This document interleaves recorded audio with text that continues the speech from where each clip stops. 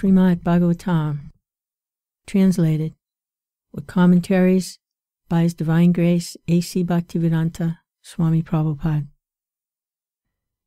Canto 1, Chapter 7, The Son of Drona Punished. Text 38. Furthermore, I have personally heard you promise Draupadi that you would bring forth the head of the killer of her sons. Text 39. This man is an assassin and murderer of your family members. Not only that, he has also dissatisfied his master. He is but the burnt remnants of his family. Kill him immediately. Purport. The son of Dronacharya is condemned here as the burnt remnants of his family.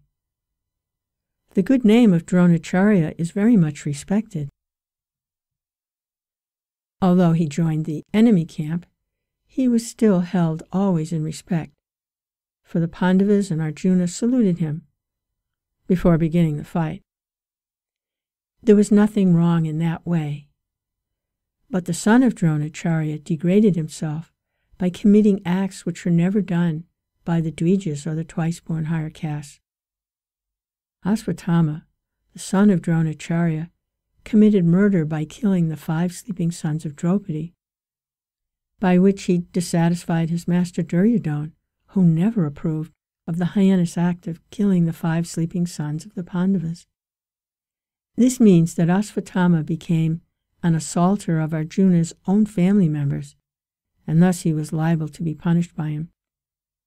In the sastras, he who attacks without notice, or kills from behind, or sets fire to another's house, or kidnaps one's wife, is condemned to death.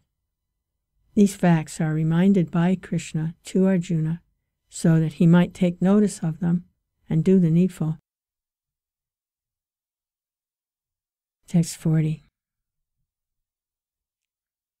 Sutta Goswami said, despite being instructed in his duty and encouraged to kill the son of Dronacharya, Arjuna, a great soul, did not like the idea of killing him, although he was a heinous murderer of his family members. Purport. Arjuna was a great soul, undoubtedly, which is proved here also. He is encouraged herein personally by the Lord to kill the son of Drona. But Arjuna considers that the son of his great teacher should be spared, for he happens to be the son of Dronacharya, even though he is an unworthy son. He had done all sorts of heinous acts whimsically for no one's benefit. Lord Sri Krishna encouraged Arjuna outwardly just to test Arjuna's sense of duty. It is not that Arjuna was incomplete in the sense of his duty, nor was Lord Krishna unaware of Arjuna's sense of duty, but Lord Sri Krishna put to test many of his pure devotees just to magnify the sense of duty. The gopis were put to such tests as well. Maharaj Parikshit also was put to such a test. All pure devotees come out successful in the respective tests by the Lord. Text 41. After reaching his own camp, Arjuna, along with his dear friend and charioteer Sri Krishna, entrusted the murderer unto his dear wife, who was lamenting for her murdered sons. Purport. The transcendental relation of Arjuna with Krishna is of the dearmost friendship.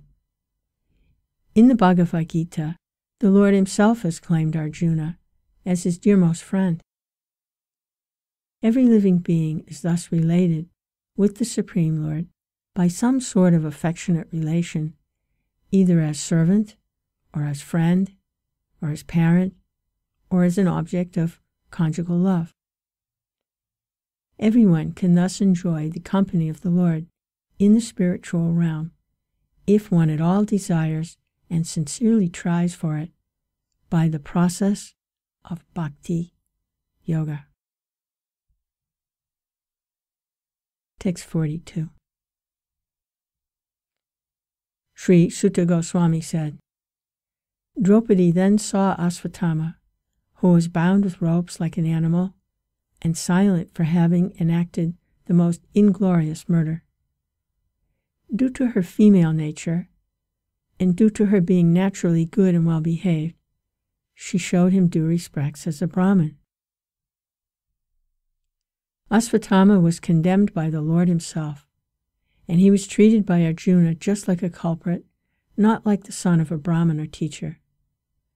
But when he was brought before Srimati Draupadi, she, although grieved for the murder of her sons, and although the murderer was present before her, could not withdraw the due respect generally offered to a Brahmin or to the son of a Brahmin.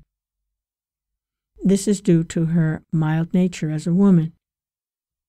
The woman as a class is no better than a boy, and therefore they have no discriminatory power like a man. Asvatthama proved himself to be an unworthy son of Dronacharya or of a Brahmin, and for this reason he was condemned by the greatest authority, Lord Sri Krishna. And yet a mild woman could not withdraw her natural courtesy for a Brahmin. Even to date, in a Hindu family, a woman shows proper respect to the Brahmin caste, however fallen and heinous a Brahmabandhu may be. But the men have begun to protest against such Brahmabandhus who are born in families of good Brahmins, but by action are less than Sudras. The specific word used in this sloka is Vama Swabhava, mild and gentle by nature. A good man or woman accepts anything very easily, but a man of average intelligence does not do so. But anyway, we should not give up our reason and discriminatory power just to be gentle.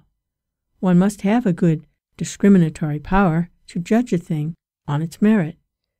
We should not follow the mild nature of a woman and thereby accept that which is not genuine. Asvatthama may be respected by a good-natured woman, but that does not mean that he is as good as a genuine Brahmin. Text 43.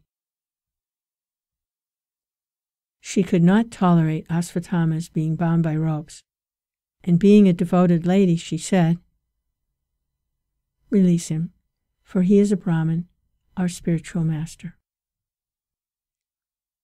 Purport. As soon as Asvatthama was brought before Draupadi, she thought it intolerable that a Brahmin should be arrested like a culprit and brought before her in that condition, especially when the Brahmin happened to be a teacher's son. Arjuna arrested Asvatthama, knowing perfectly well that he was the son of Dronacharya. Krishna also knew him to be so. But both of them condemned the murderer without consideration of his being the son of a Brahmin. According to revealed scriptures, a teacher or spiritual master is liable to be rejected if he proves himself unworthy of the position of a guru or spiritual master.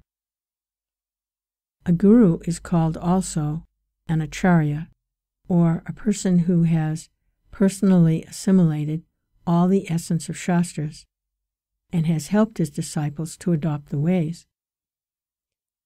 Asvatthama failed to discharge the duties of a Brahmin or teacher, and therefore he was liable to be rejected from the exalted position of a Brahmin.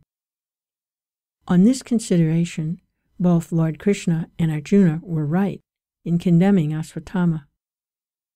But to a good lady like Draupadi, the matter was considered not from the angle of shastric vision, but as a matter of custom. By custom, Asvatthama was offered the same respect as was offered to his father. It was so because Generally, the people accept the son of a Brahmin as a real Brahmin, by sentiment only. Factually, the matter is different. A Brahmin is accepted on the merit of qualification, and not on the merit of simply being the son of a Brahmin. But, in spite of all this, Draupadi desired that Asvatthama be at once released, and it was all the same a good sentiment for her.